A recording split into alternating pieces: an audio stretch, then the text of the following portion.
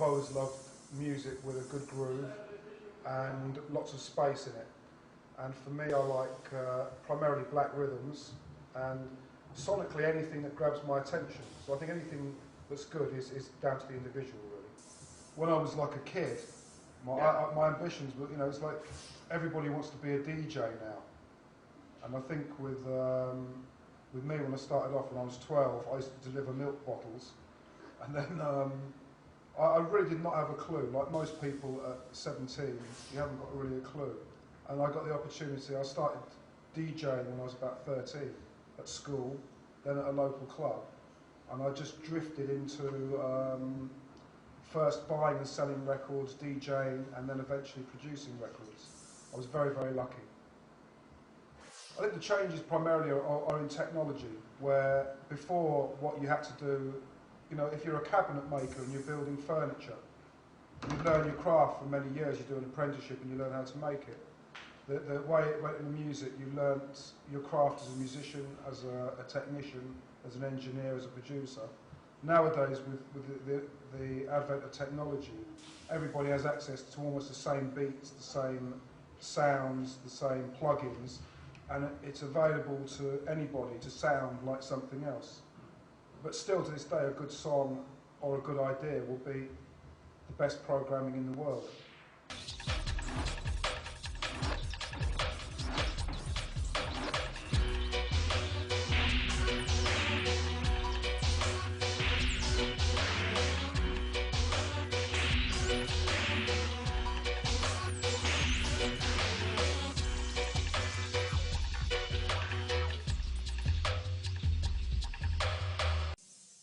I think with On You we were very lucky. We started, I came out of the late 70s and I met lots of musicians. I worked with bands like the Slits and the Clash. We also knew bands like the Ruts who were all listening to reggae. And the kind of punky reggae party was quite a logical thing to happen.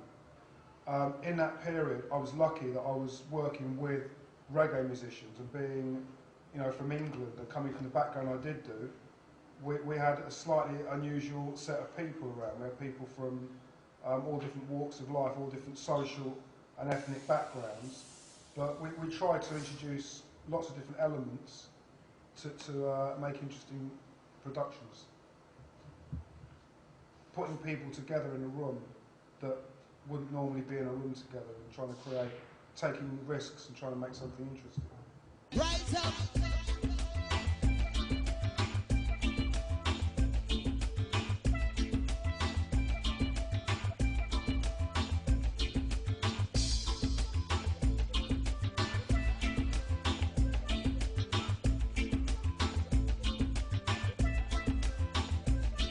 I love doing live mixing. The problem is for any musician, all musicians and crew, roadies and mixers and technicians know that if you tour, the expense it has on your family is you're away from home a lot. And for me, I spent a lot of years in the studio. I'm now doing live gigs on my own, like doing a live dub show. But my favourite thing, I love mixing live bands. I've mixed everyone from Prince Far Eye to Primal Scream, from Little Axe to all sorts of things. I love doing live mixing. That's what I started doing, and I think by doing that as a producer, it's taken me out of the studio, and you get a much better feel for how people respond and the sonics. Your understanding of the sonic when you go in the studio, you end up seeing a sound like a picture, with the hi-hat here, the bass right down here, the voice and things moving around. You learn that perfectly in a hall. It's like a huge hi-fi in front of you can play with. It's much better than being in the studio where the speakers are there. They're over there and you can shape the whole room. And I love that.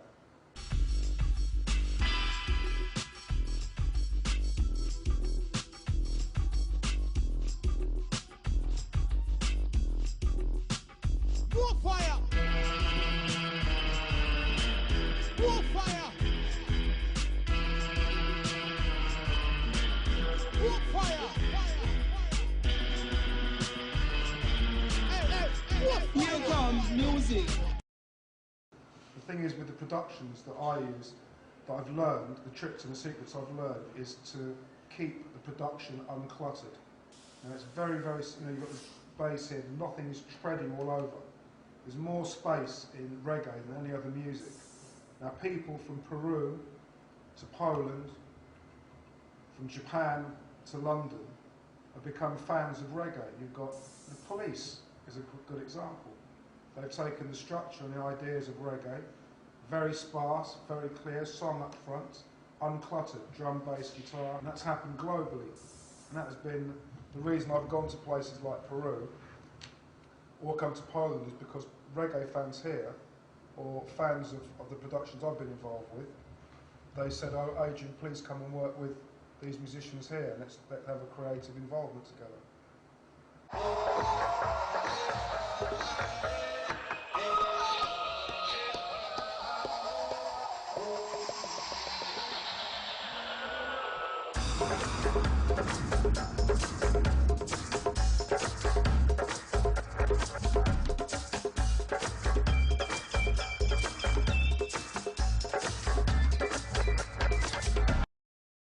My name is GP, aka Squid, better known as Ghetto Priest. I'm quite bright, but yet dark to the core. Ghetto Priest is like a metaphor. Ghetto Priest is a metaphor. Ghetto, not as in ghettos in slum, because I didn't choose to live in the slum. It's man-made. So I've taken Ghetto Priest and seen as Ghetto Priest as a warrior, struggling to get out of oppression, down-pression. So Ghetto Priest is like a warrior priest. So I learn humility from the priest. I learn courage from the warrior. I've been singing now for the last 24 years now. My mother's a great singer. My grandmother, she was the head weeper of the village. So when anybody died, she absorbed all their sorrows and kept everything balanced in the funeral. And my mother does it as well. So I think, it's more than singing. It's more, we're more like human filters. As artists, people take us for granted as vocalists because we're not here to like basically dictate, but we're here to share energy. So if we give out our energy to you, we demand it back in return. If it doesn't come back in return, you are a vampire, because a vampire has no reflection. So I like to get a reflection.